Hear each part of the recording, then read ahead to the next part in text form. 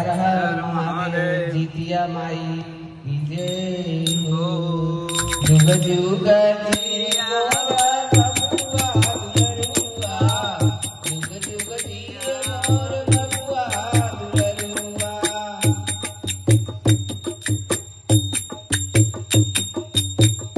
जुग जुग जिया मोर बबुआ दुलरुआ, जुग जुग जिया मोर बबुआ दुलरुआ, जुग जुग जिया मोर बबुआ दुलरुआ, जुग जुग जिया मोर,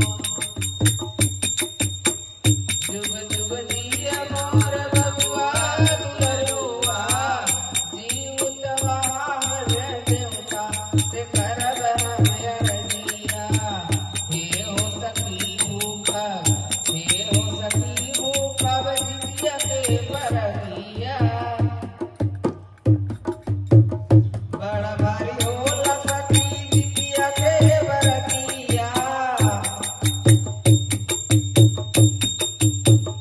बड़ा भारी होला सखी जितिया के बरतिया, बड़ा भारी होला। 3 दिन के होला सखी पावन बरतिया, 3 दिन के होला सखी पावन बरतिया। न खाए उपवास पारण के बाबिया, आसिन अनहरिया के, आसिन अनहरिया के अष्टमी तिथि के,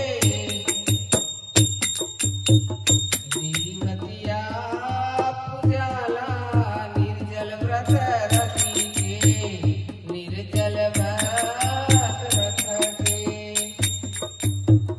सासू जी से पूछब, सासू जी से, सासू जी से पूछब तुला व्रत के नियमवा।